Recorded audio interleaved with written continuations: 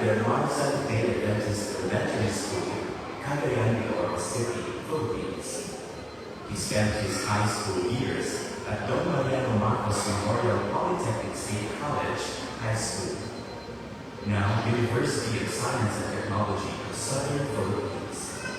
He later took Bachelor of Science in Accounting at Xavier University. With God's wisdom, he passed the CPA board exam in 1994 and practiced his profession in several companies as auditor and VP Controller.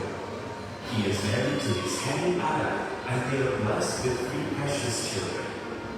With a heart willing to support the church, he willingly served the Lord as a member of Southern Asia Pacific Division Executive Committee for 4 years.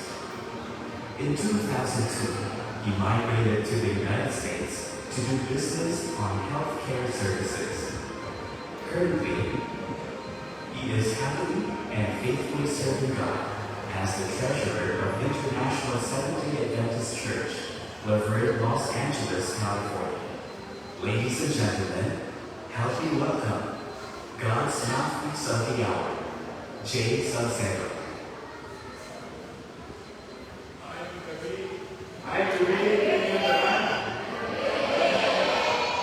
Welcome sa ato na tibuok na simana na pagtuon pag-pray sa tulong sa Diyos, which is entitled Journey to the Sanctuary and Salvation. Kini siya na pagtuon, kabahin kini siya sa ato na online or digital evangelism program sa ato Central Philippine Union Conference. So, ayaw din ninyo sabihan na muanhi, dinhi, ang kita magpadayon sa pagtuon o pagtukit sa pulong sa Diyos. Now, before we start, ako sa pasalamatan, ako mga administrators sa Central Philippine Union Conference kay Panguluhan ni Pastor Joel Corteso, mausap sa ato na local conference, Central Visayan Conference kay Panguluhan ni Pastor Charles Doka. Now, akong sugdan ang mensahe sa usa ka pangutana. Naapakanato din na walay problema. Kanang kabuhay ang iyang dibate. Basta ito mga kaisunan na wala yung ganato din na walay problema. Kay, in fact, ang akong problema nagkaiya lang. Ang uban ganato ay problema sa pinansyal, right? Yes! Kay, ang uban na ay mga anak na ipatungha, magtagpulan, magbayad nila sa tuition o sa ilang mga pera. Problema, asa nimo kuha ko ang kwarta. Ikaduha, kung nakay-walay, kung wala pa nimo ganasya natapos pagbayad, ang mortgage imo pakabayaran. O kung nagpiti ka lang, ang renta pakabayaran. Problema. Ang uban na yung mga credit cards, every month, kinahanglan kayo sa bayaran. Hindi pwede na hindi mo bayaran ang inyong utang. So, problema ang mga kaibigan. Ang uban ka nato ay problema sa relasyon, bana o asawa. Hindi palit na yan na ay panagdingkir. So, na ay pakikilahis. Problema, bukas sa kasing-kasing. O sa ay relasyon sa kinikanan, at sa anak, problema ihapon. Usahay akong silingan, hindi lang nato makahulang sa pagli, maglubog na layon, hindi natatimukan. So, problema mga kaisunan, ako ba ka nato na ay problema sa panglawas. Ako na may problema usahay sa puhot ko. Hindi ko magbantay sa akong pagkato. Magsakit ang akong tiil kung maglakaw ko. Problema kayo mga kaisunan. Ang comfortable kaya akong ibagi. Ang uban, kaya problema, kung dili, ikaw ako, akong kabanay sa ako na panunulay.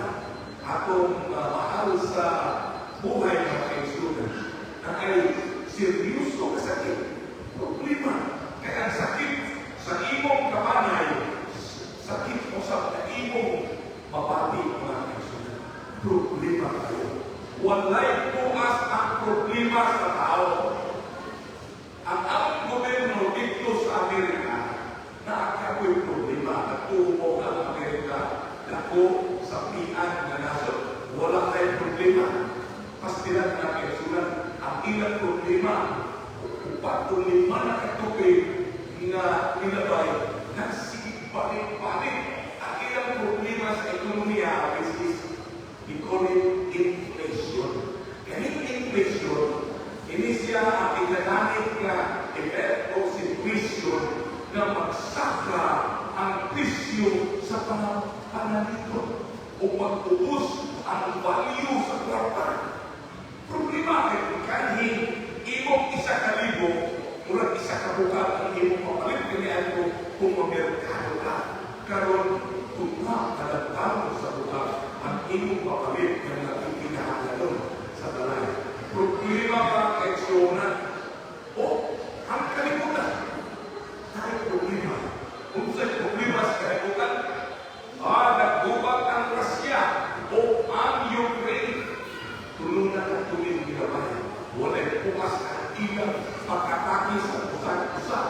Takhan na damage ng mga building. Hinilang building ang pinagpili sa tao. Problema ang kaigsunan. Ang problema usap sa Israel o Hamas. Gubat yan mga kaigsunan.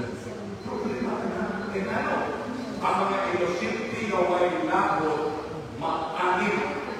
Problema kayo mga kaigsunan. Dinhi sa ato kadalhin sa nasod sa Pilipinas. Karong si Manaha, bukag ang akong kasi-kasi kaya na ay kagubot ang nahilabot. Ang uwan kanato nagsigit tiyaw injustisya ang nahilabot. Ang uwan pa na yun, maorapot ka na iyang dibukas, iyang dihain. Sa isang asa man kita nga kural sa political affiliation na kaisunan, walay minaog ka na ito kaya atong naangkot ang katubot na ay different political situation sa ato na nasod. Mga kaisunan, problema ka na atong ginagawa. Pero, so ginagawa ka mo, kinsay nagturo din na agad problema ang Ginoo. Mura, krimi ang akong pamukara. Basta, kinsa man ito na naay problema ang Ginoo, pataas ko ba? Uy, mura buwag na ito nga walay problema ang Ginoo. Naay na ito na problema. Pero, ang maturity na ito mawag yung problema ang Ginoo. Sugit lang kung mo mga kaisunan na ay takot kayo ng problema ang Ginoo na iyang ginagawa. Ang problema sa Ginoo, mao ang problema na sala. Sala, mga kaisunan. Sa diha na nakasala ang atong unang ginikanan, ang tao na hinayog sa presensya sa Diyos. Mga kaisunan, man was drifted away because of sin. Wala do'y makatarang sa presensya sa Diyos. Kita makasasala, mamatay kita. Usa hilayong ang tao sa Romans 9:23. For the wages of sin is death. Mga kaisunan. Pero, na-exclusion ang Ginoo sa problema. Unsa man ang iyang solusyon, tungod sa gugma mga kaisunan sa Diyos, alang sa karawan, John 3:16.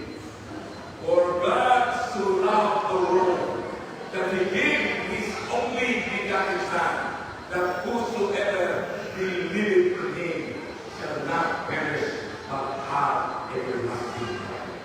Ang iyang anak mao ang solusyon sa problema sa lahat mga kaisunan. Kung kini iyang i-illustrate kanado tinaagi sa pagkatukod sa santuario mga kaisunan. Kaya ang pagkahimukso sa anak, sa iyang kinabuhi, sa iyang kamatayon,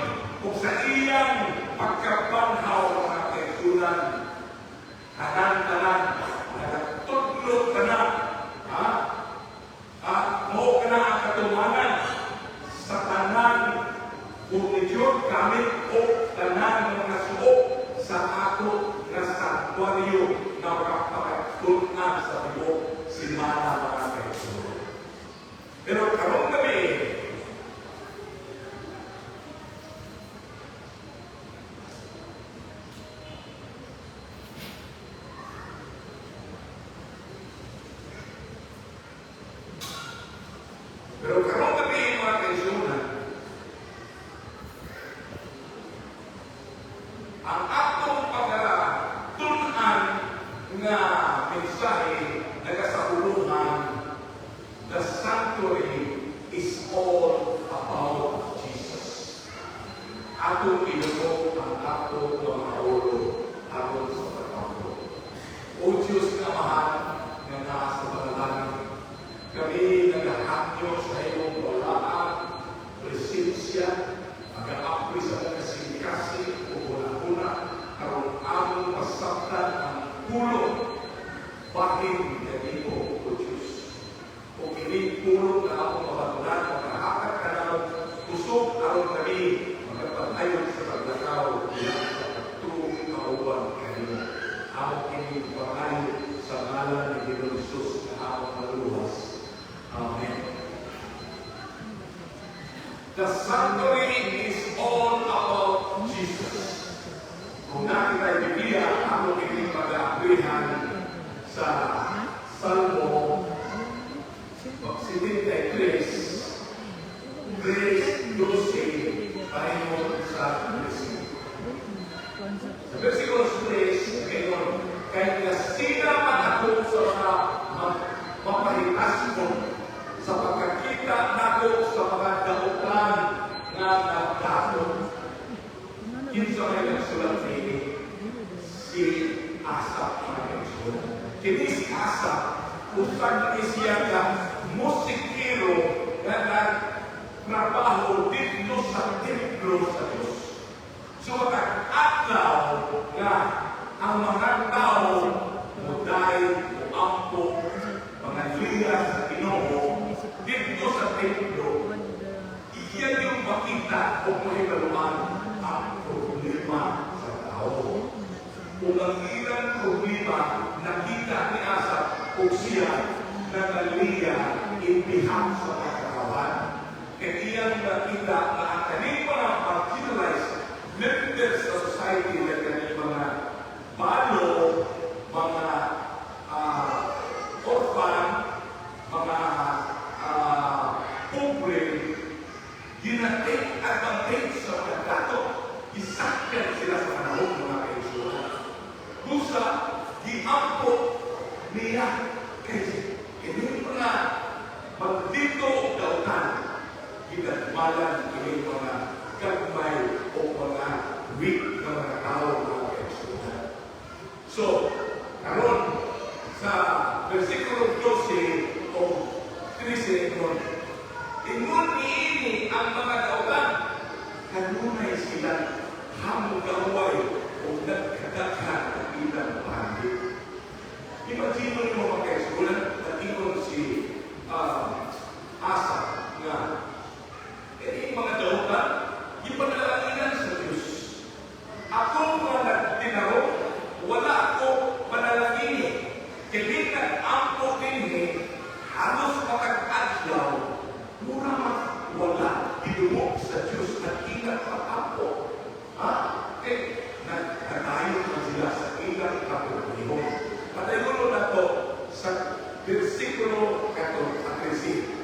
Busa, wala pa niyay kapusulanan ang pagtukli ko sa akong kasing-kasing o ang pagpalingkamot ko ng hindi kahulingan sa sala ang akong mga kamot. So, wala'y kusay ang iyang pagkamakaroon, pagsunod sa kabuton sa Diyos, mo kinayang iyang panganiya na dala pagmahay. Pag-ampo na dala na i-bukyat na sa Diyos kung saan iyang dimapit. Now, palayon na ito, din sa the same chapter 14 o 17. Okay? Sa versikulo 14, ayun, gipaantos mo ako, Diyos, sa tibok adlaw o isilutan mo ako, makatulad, kay dilit niya masaktan ang paghitabo sa kalibutan at ang dato ng kasapian, ang dautan ay kasapian, ang pobre, bisamot pagkapobre, ang dautan, hamugaway ang ilang kinabuhi,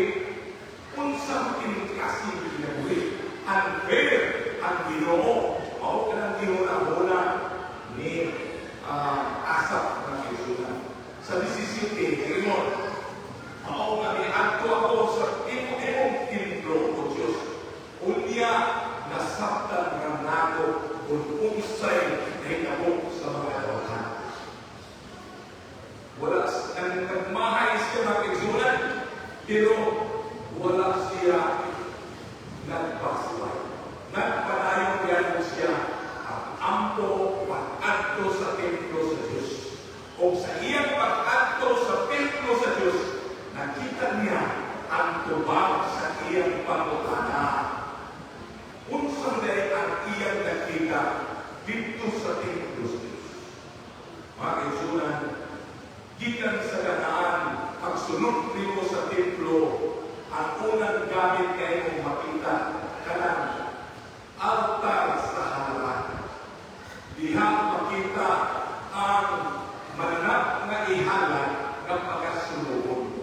O sa gilid niya na niya ang pinipon na ako. Unsang din pinipon. Ipot pasahot niya na ako. Mga kaisunan, kanang abo gikan sa halat na sinuod. O kanang simbolo sa paghukom sa Diyos sa katawan. Kaya kanang halat nga manap, nagtudlong maganap kang Iso Kristo. Bayad sa ating sa kasalanan. Instead na kita'y mamatay, si Iso Kristo ang nagpakamatay na nato. Siya ang gihukman na kita masalayon. Aron sa iyang kamatayon, kita makakagamtam sa kinabuhi ngayon. It does not matter, my dear friends, kung kita dato, kung kita pobre, kung kita maayong lawas o hindi maayong lawas, nakanaiya ang atong problema, it does not matter.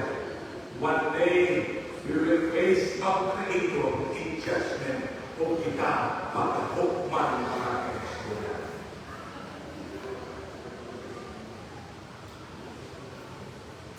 Unsa man kining santuaryo. Ako kitanaw sa Wikipedia mga kaisunan. The sanctuary is a place of safety. It's a place of refuge. Ako po sa bunyada, kanakitang gambalay na mumatik ako kalinaw susama sa iyong panimalay. Bisan unsa ka simple sa atong panimalay kung ang atong panimalay o atong tibuinan, linaw ang atong hunahuna. Wala kay ikaulaw, wala kay ikainto sa imong pagkakao. Kaya imo ang panimalay. Mao ka na ang gitawag na place of safety. Place of peace. Pero kung sa'y iinom sa Biblia, ato nakrihan sa Exodus 25, 8 o 40. Okay? And let them make me a sanctuary that I may dwell among them. Insang pulong ini mga kaisunan, pulong sa Diyos. Kaino siya? O pahimuha sila o sanctuaryo ang ako makikauban kanina. O kanang mandok sa Diyos ngadto kang Moses. O ang versikulo 40, importante kayo. Siguraduha, Moses, nga kanang sanctuaryo na imong pagkakagulong susama ka na sa imong nakita dinhi sa bukid. Kaya nakikinabi man ang Ginoo ngadto kang Moses sa Mount Sinai. So, ingon siya, siguraduhan yun. That means, mga kaisunan, naayay tinuon ka sa sanctuaryo. Asa rin? Iamrihan sa Diyos ang kalamitan. Aron makita ni Moses ang sanctuaryo na tuwa sa langit at ihimo sa kakamot sa Diyos o dili sa kakamot sa tao. My dear friends, kung ining sanctuaryo na ihimo ni Moses, kung imong yung susihon, kung imong sa kini, pagtukod, makita ka namin mo sa Exodus 26, ayon sa kwenta. Unya sa dihaan ang mahuman, pagpatukod ni Moses, iyang kinibigkar o sa versikulo 34 sa kapitulo 40 sa libro sa Exodus, nagkadayon mga kaisunan. Then, ang panganon ni taklo ni atong sanctuaryo.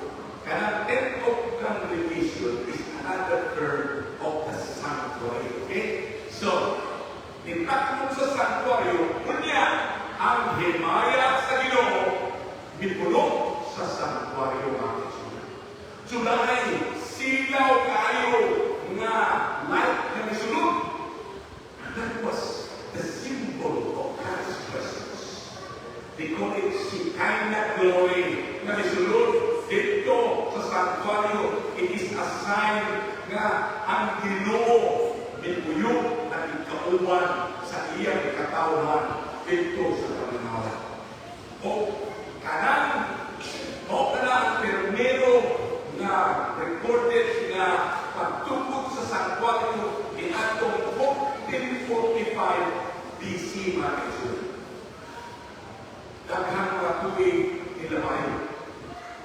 Namatay si Moses, ibulihan siya ni Josue ang katawan sa Ginoo ng mga Israel nilawang dito sa pikas apid sa suba sa Jordan. Unya, nilambo, nidaghan ang iyang mga katawan na himong bantugan ang nasod sa Israel. Ipanguluhan ni Haring David mga kaisun. Gusto ni Haring David nga mahinuot ang Ginoo kay siya nagpayuman sa anong palasyo. O nakita niya na ang gambalay sa Diyos nagkadiwa-diwatay na lang.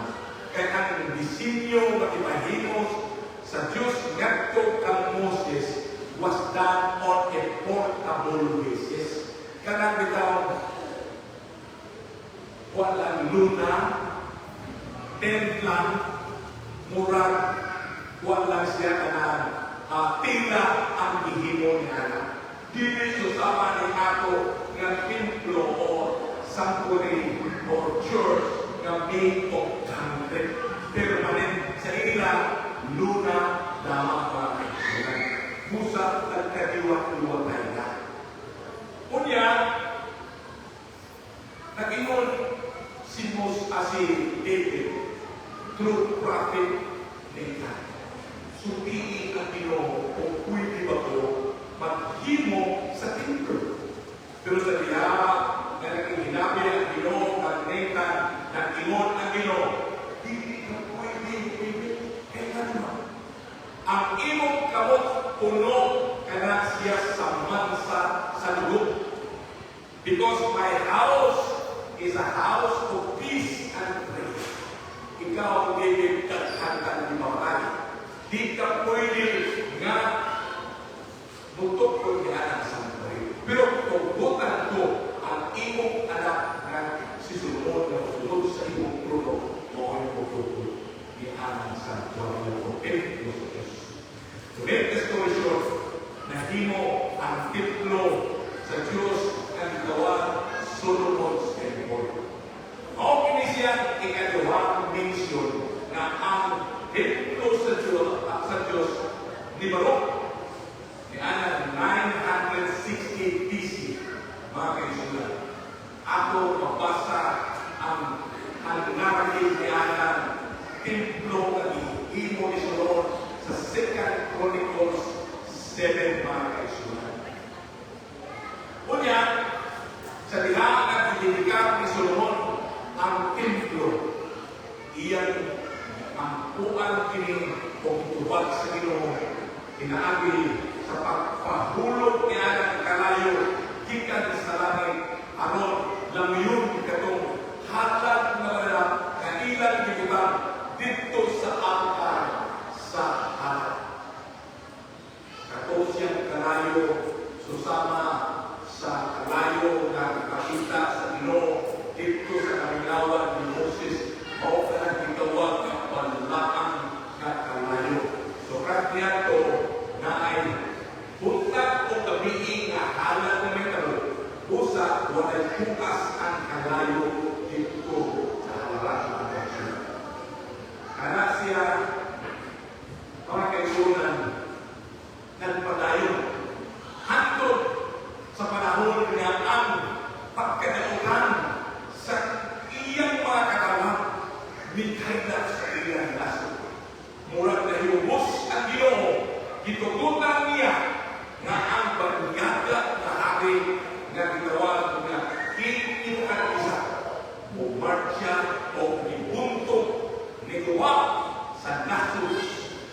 Juda.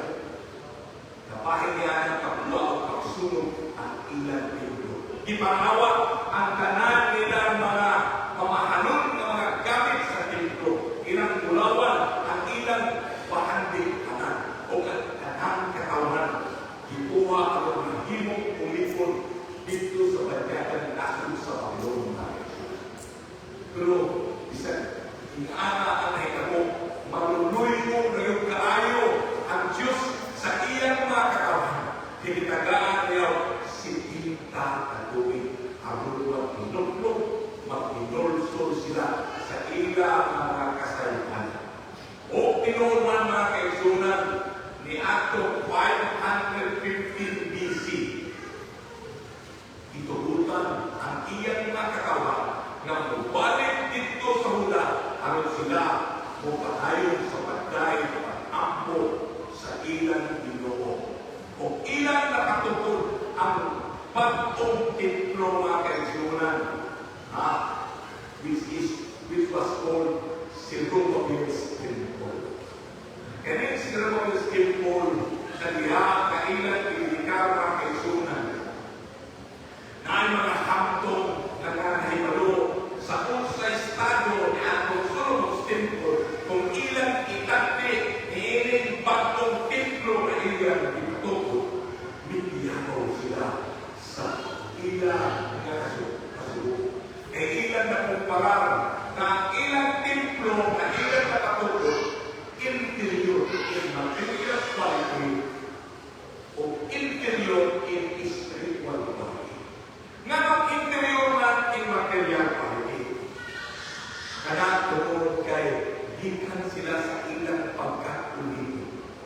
Sa panahon sa pagtukod ni Solomon, daghan silang kwarta na dito, itigong ni Haring David o itugyan ni nato siyang anak na si Haring Solomon. Dimuno, daghan silang nakabit ng mga materialis puentes na ilang ni pagtukod ni anak. Wakto matahong na templo. Pero sa ilang sa panahonan, wala na sila'y kwarta o ang ilang na pagtukod.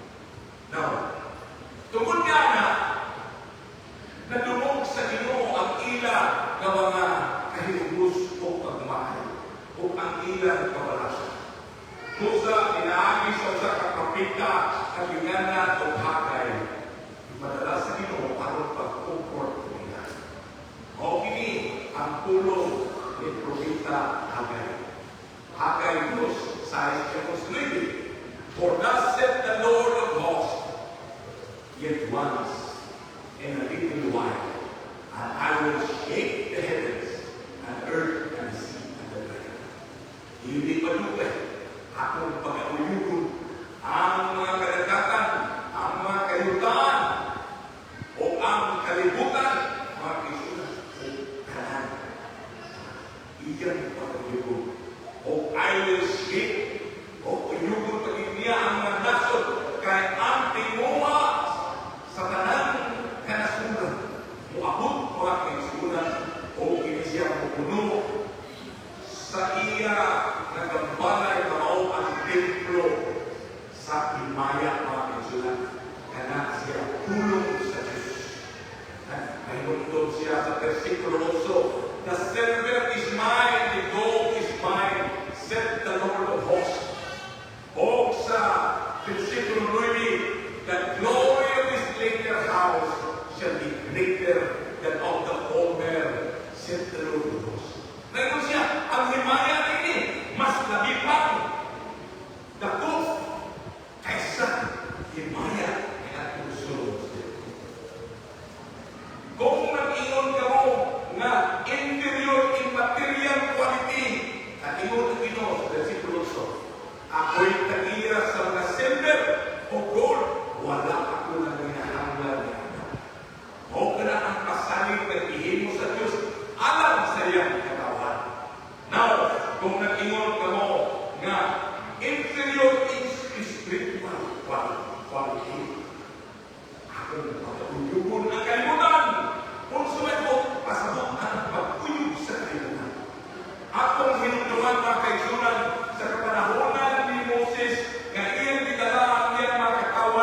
dito sa kamingawan sa ilan sa Mount Sinai na hinabi ang Diyos sa iyang mga kawan.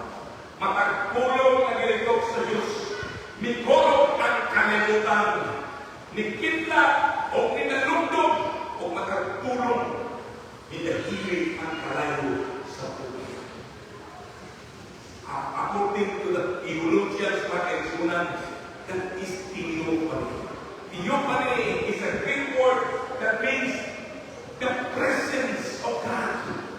So, nagkinawa ayaw ka mo kabalakan, kaya akong pagkakilulong o akong ipadala ang tinguha sa tibok ng kalimutan. Kinsang tinguha sa tibok ng kalimutan? Jesus. Insakto ka, Isus. Kaya natuman ang kanya ni Hagay sa diha na 12 anyos si Ginoong Isus. Nagsuloy-suloy siya dito sa outer courtyard sa templo sa Diyos na may puno sa himaya sa templo ni Sirumabelo ang Isus. Natuman ang kanya. Psalm 77:13 nagayod, ang dalan payon kanimo o Diyos na arabyod sa santuaryo. Kung kita mo doon sa Diyos, naara sa santuaryo ng Diyos. Busa, insakto ang inyong ihimo. Misulod ka mo din sa palayaan para kay inyong ipangita ang presensya sa Diyos. Diri nato makita ang Diyos sa iyang bahay kung hindi nato makita sa wala. Usa mga kaigsunan, mao kana pinunto ni David anak kanato. The sanctuary illustrated mga kaigsunan, the picture of God that brings us back to Him. Kaya na, di bulang makita niya. Originally, our parents taught o nakikinabi sa atong Diyos now o now. Pero nahimulang kita kaniya, pero pinaagi sa sanctuaryo mga kaigsunan, kita pahibalik kaniya. The sanctuary is a way that God will restore what was destroyed by sin. O mga kaigsunan, kung saan pa ka na paghimo sa sanctuaryo na kita masauling mga kaigsunan. The sanctuary at kung ako muna-munaon, mao ka na ang simbolo ni Ginoong Isus. As we will study deeper mga kaigsunan sa tibok simana, atong mahibaluan na ang tanang bahin, parti, gamit, o kanang ng mga entities diya sa sanctuaryo na nagtudlo o nagrepresentar ka na nagtod ng Iso Kristo sa iyang ministry o sa tanan niyang ginahimo mga kaigsunan.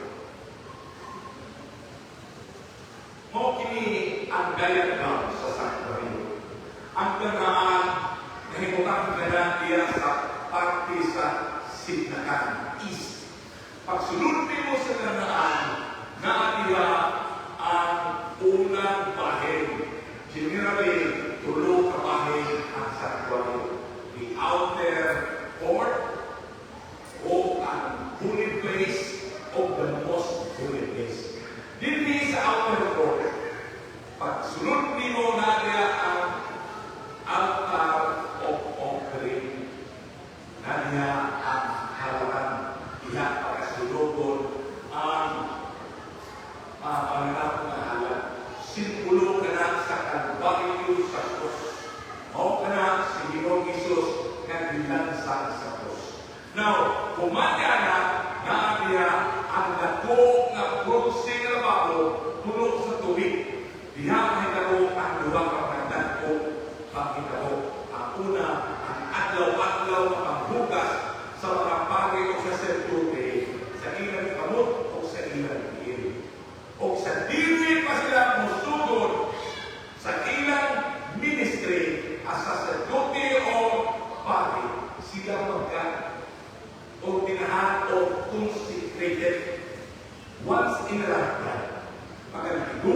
sila, pagkakistihan sila, o pagkakihugan sila sa lana o buhok.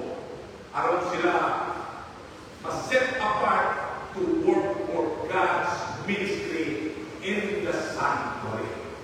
Humagana na ang pinakaunang bahin sa inner chambers, which is the holy place.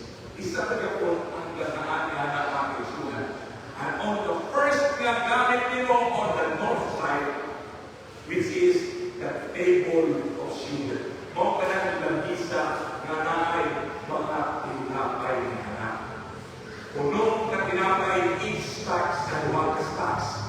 That means 12 bread, which symbolize sa 12 ka mga tribo sa katawhan sa Israel. Now, on the opposite side, natin ang 7 golden candlesticks. Lampara, the only source of light sa sunod sa balaang gabi. O just before the veil that separates the first chamber, which is the holy place, to the most holy place, o ang golden altar of incense. It symbolizes the intercessory work of Jesus Christ. Kaya iyang pagpangaliya, alang kanato, pag-ampo, susama siya na usaka abogado kanato tanan. Ngadto sa Ginoo. It also means the merit of Christ's righteousness. Dili kita maka-adto sa Diyos kung dili pinaagi sa merit of Christ's righteousness ang iyang pagkabangkaro. Now, on the innermost chamber, which is the most holy place, diha makita ang Ark of Covenant. Okay siyang murag box. Ang iyang itsura. Pero ang sunod niya na ang duha ka parang ni bato, nariya ang tinod naman o nakuliya ang sungkot ni Aaron na nabuhi. Nariya ang sunod. Tunawin ni mo ka ng angka sa kapisahan na ay tatlong niya na itawag ka na siya mercy seat. O sa diya, sa iyang ibabaw na ang duha sa mga kirubim, anghel na nagbantay sa presensya sa Diyos. In between that two cherubims, represented ka na siya sa presensya sa Ginoo. Trono sa Ginoo ang kanang naabiyak sa ilang tunga-tunga mga igsunan. So, mao ka na ang diagram na makita na to sa sanctuaryo. Now, nganong importante man kayo nato tunan ang sanctuaryo. Tulog ka utang mga igsunan para atong masaktan. Ang una niya na ang sanctuaryo reveals o nagpakita ka na sa inkarnasyon ni Ginoong Jesus. Ikalawa, ang sanctuaryo nagpakita na nakatayan ka na sa plano sa kaluwasan sa katawan. Ang ikatulo, ang sanctuaryo nagpakatayan ka na sa papel na nagpakahimuon ni Ginoong Jesus sa plano sa kaluwasan. Ato ka ng sinsiyon ka na isa ka na the sanctuary nagpadayan sa inkarnasyon ni Ginoong Isus. Si Ginoong Isus, Ginoo, ni-anhi sa kalibutan na himong tao. Pero ang pag-anhi niya sa kalibutan, ordinaryong na tao. Ordinaryong na tao.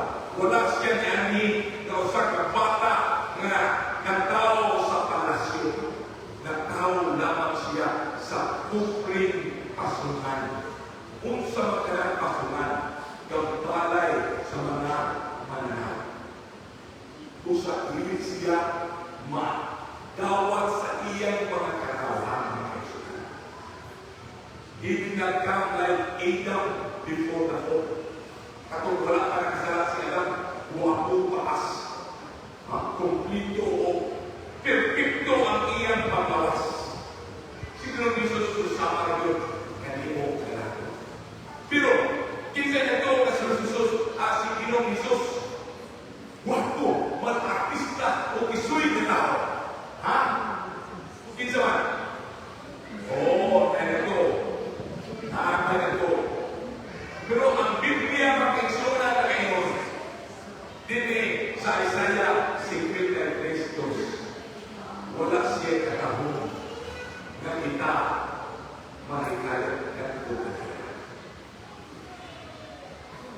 kaigsunan, ay iyong pagkabalakan niya na kay si Jesucristo. Parehas kami kayo nato, kanan, hapit lang na buwan, hapit lang na buwan.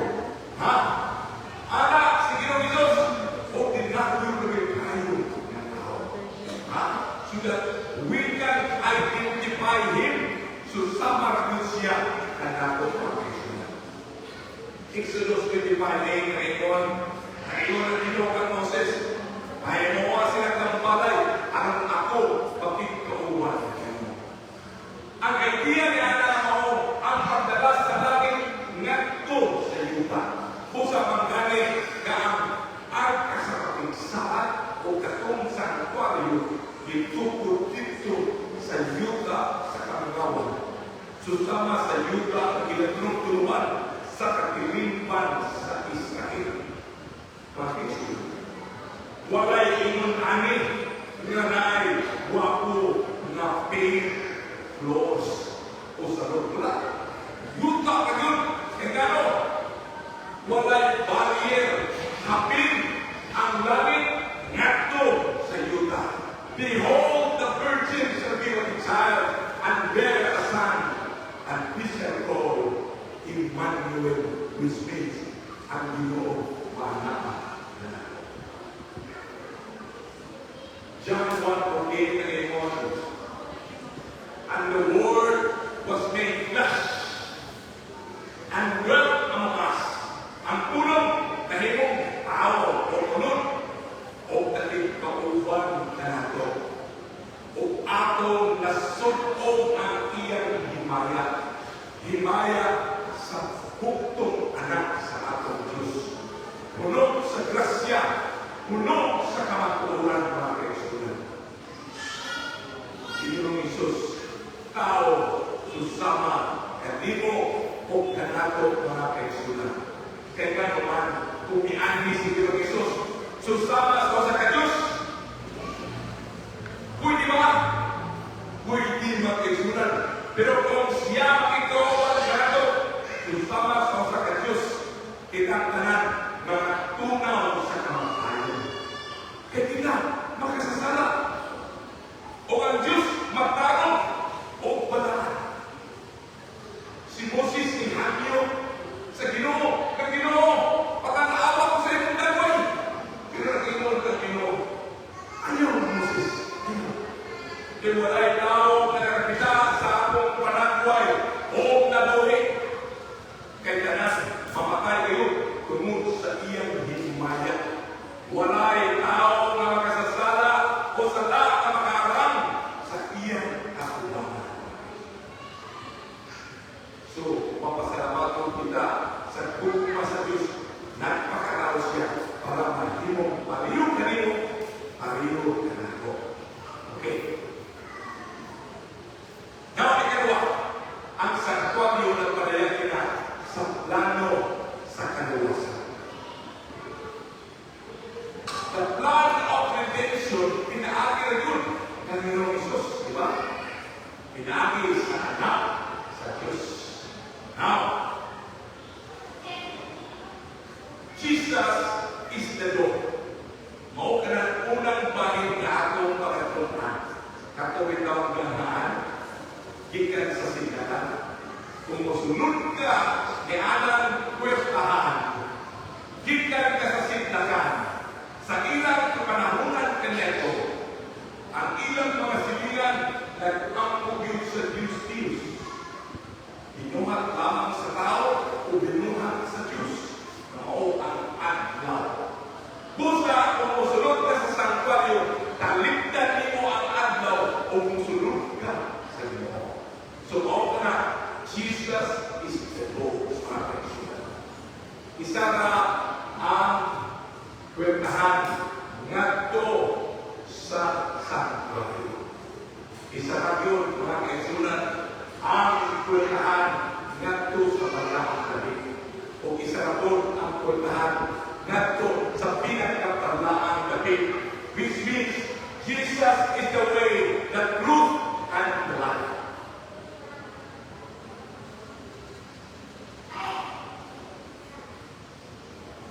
John 10:9 na ingon, I am the door.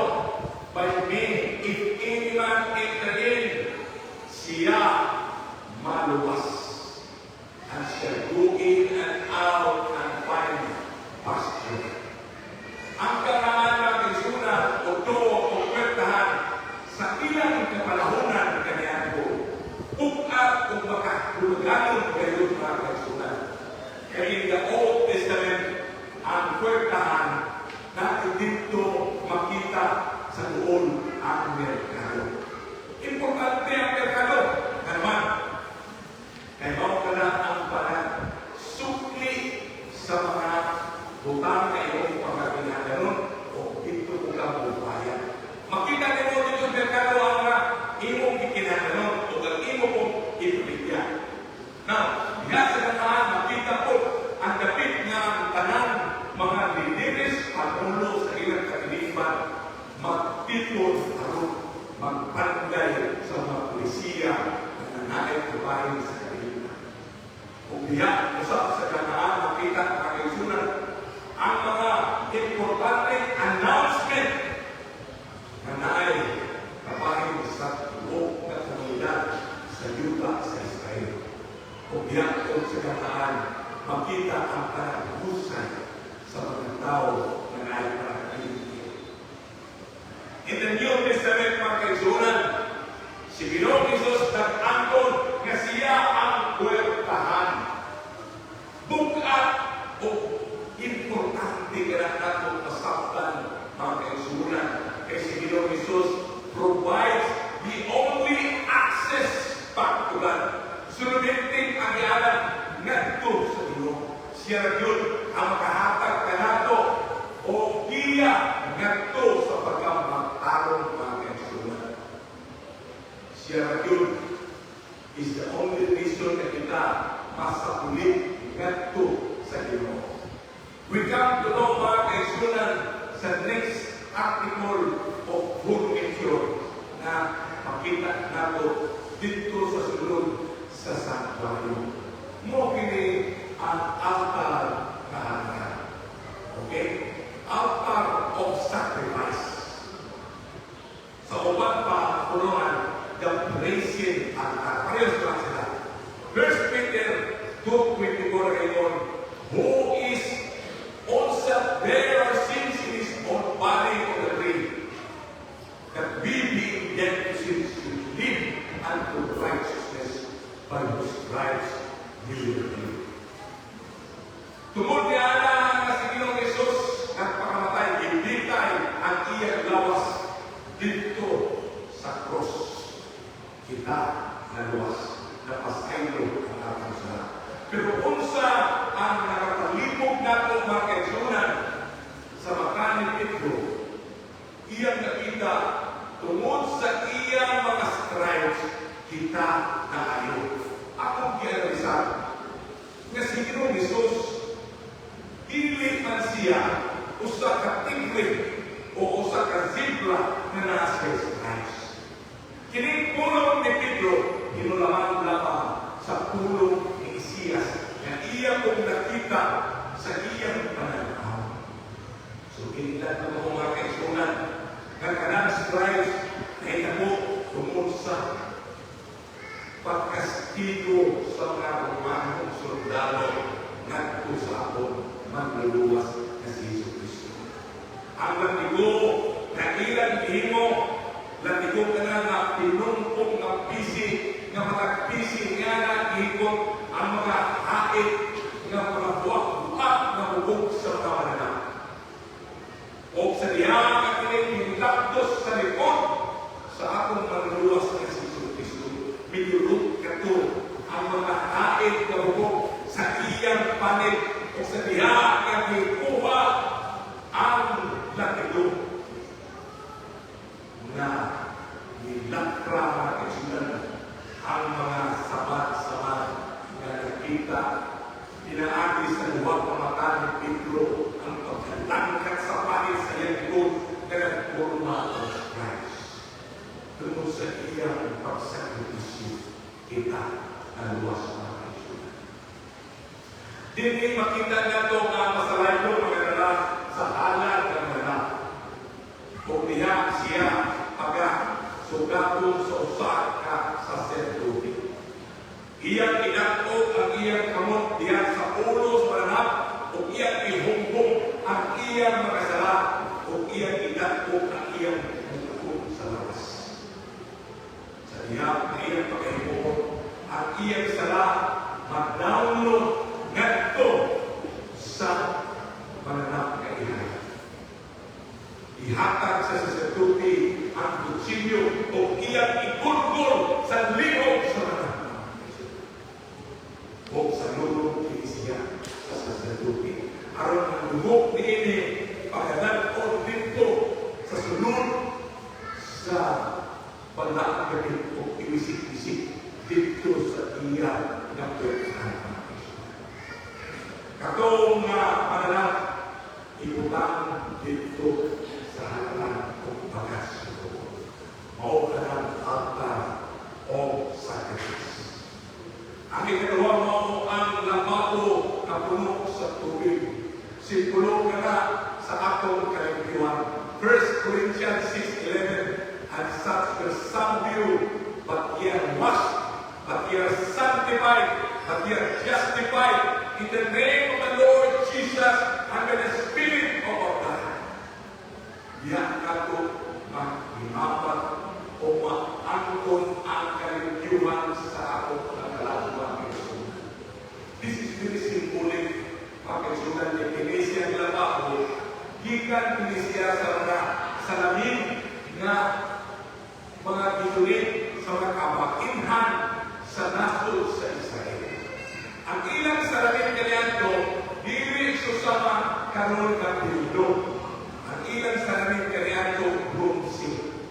Gidawat ni Moses, gisunog, gilanay, o gipulma ni anang makahulong naglapaho.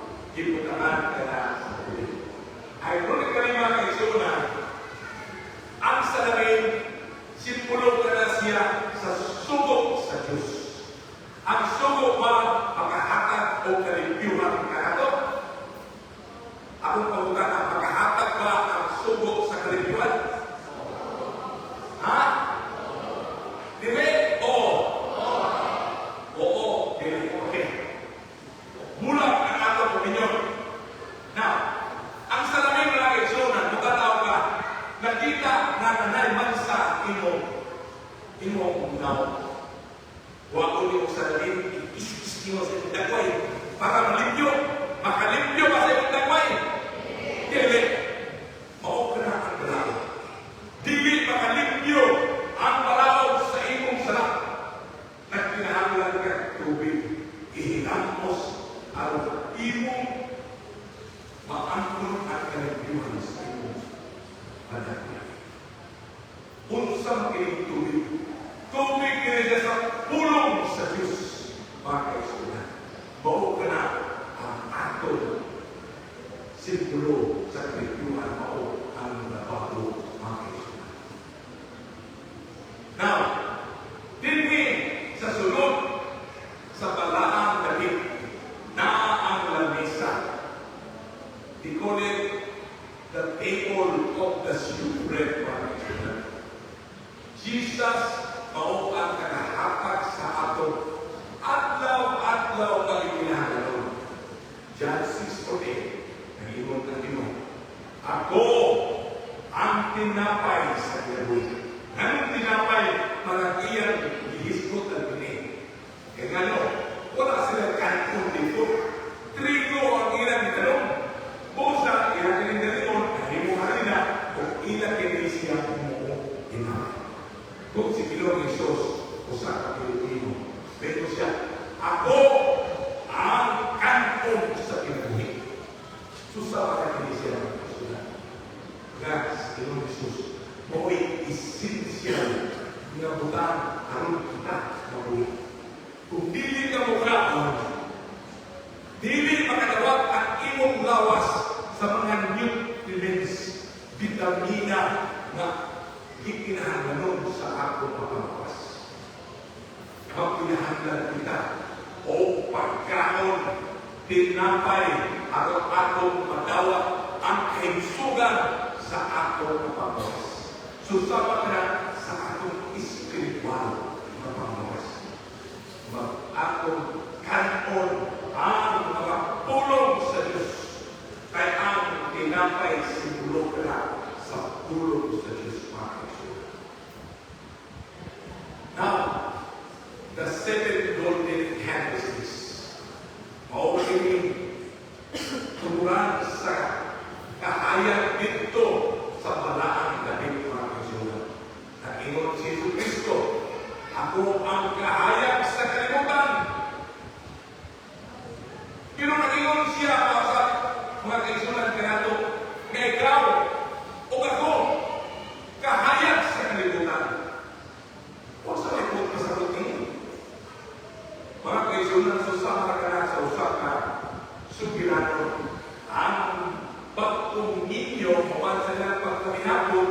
nigawas sa ilang gambalay. Nag-ingon ang balay, pagkaanin doon sa kalikod.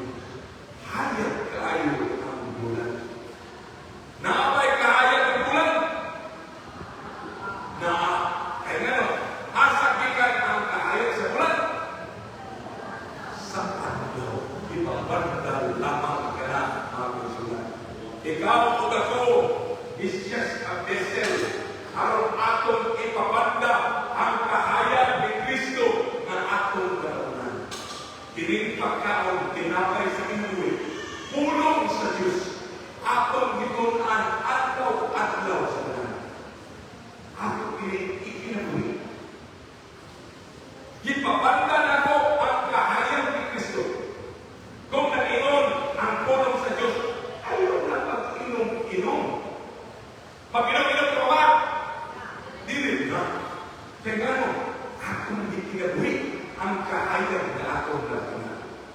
Kung ikaw nakatuon nga, si Jesu Cristo kukuma, manghasik ang ba sa iyong pamilya? Dili. Kukuma ang imong ipakita. Kaya ipabanda niyo ang kahayag na imong lakunan. Now, hindi ka sa altar o incense. Nag-inon si Salmista David, 141 verse 2. Let my prayer be set forth before thee as incense, and the lifting of my hands as the evening sun. Ang insenso niya ay simbolo sa pag-ampo. Kaya si Kristo Jesus, usap po siya kasaserdote, siya manganiya alam kanato pag-ampo.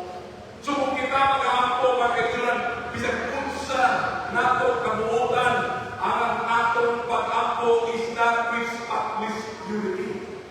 Dili ka na siya makaroon, kaya kita masalayon. Pusa ang gani kung kita mag-ampo, ato yung mahimong kabahin ang paglito sa ngalan ni Jesus na among maluluwas. Amen. Kaya kung ikaw mag-ampo na dili kabahin ni Jesus Kristo sa atong pag-ampo, ang atong pag-ampo dili palusot sa kisali. Because it is only through the merit of Jesus Christ na ang atong pag-ampo muabot sa trono sa grasya sa Diyos. Now, ang ikatulong na mo ikatapusang punto atong pagkatunan, mao ang sanctuary reveals the rose of Jesus Christ. Duha ka mga entities na atong makita. Ang mananap nga karnero o ang sacerdote. Mao ka importante na entities na naay papel sa ato na kaluwasan mga kaisunan. Walay serbisyo sa sanktuaryo kung walay mananap o kordero, baka o kanding na mao himuon nga halal. Walay mahimong mananap. Busa nagkinahanglan o kardero. Si Ginoong Isus mao ang kordero sa Diyos na makakuha sa kasalanan sa bulok na kalibutan. Mo kining pulong kanigayon ni Juan Bautista sa diyang na niluod si Kristo kaniya aron makabautismo. Ayun siya, sutuman ninyo ang kordero sa Diyos na makakuha sa tanan sala sa kalibutan. Jesus Christ is the Lamb. He was represented by offering halad ng anak. Kaya ganang halad ng anak, maoy mo angkon, mo pasan sa sala, sa mga kakawan, kanyang akto, kawan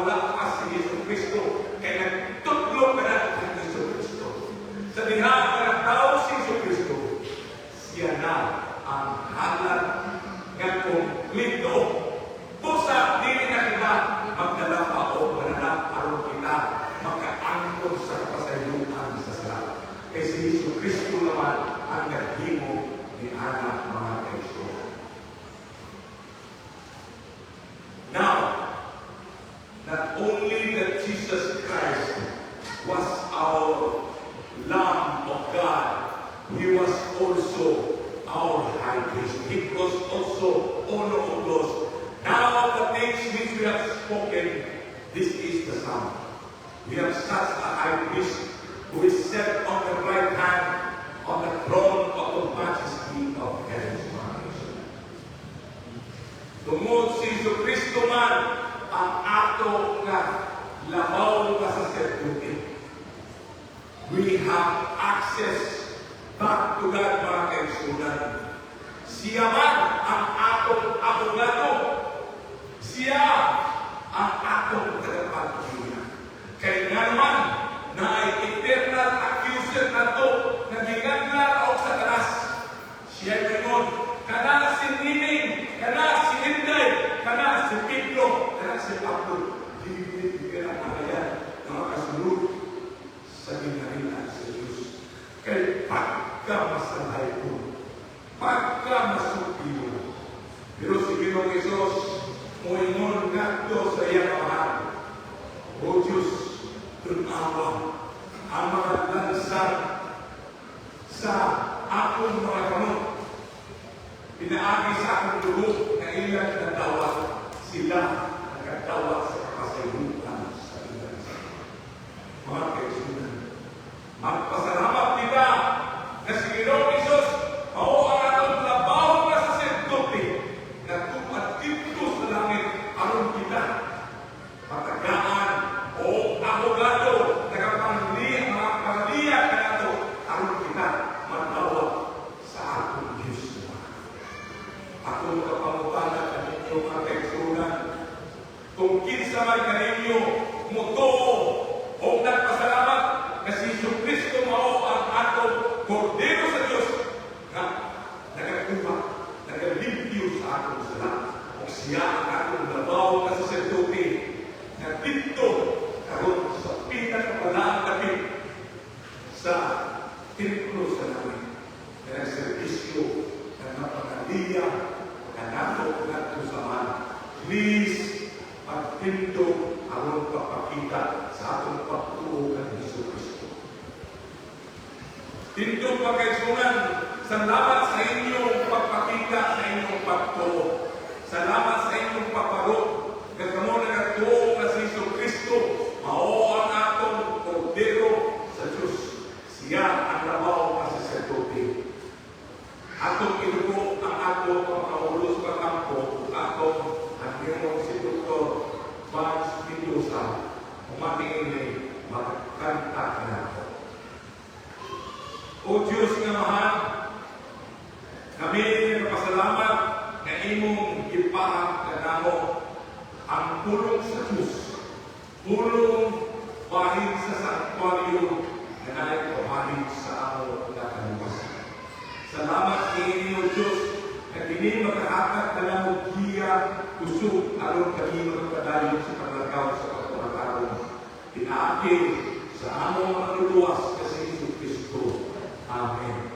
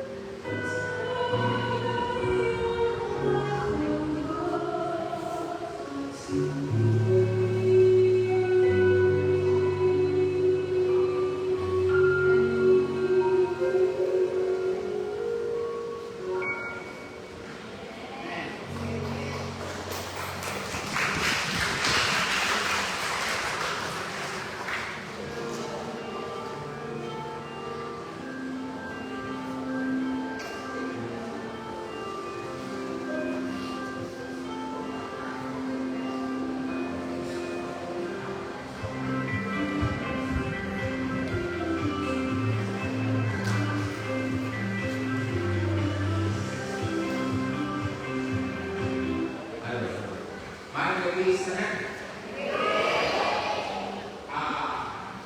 Magkain mo ng rasul. Mag-ibis na ba? Para sa mga bago pa yun, ako na nagtimolo sa piknik. Ang piknik kani, hindi rin ako kapulot.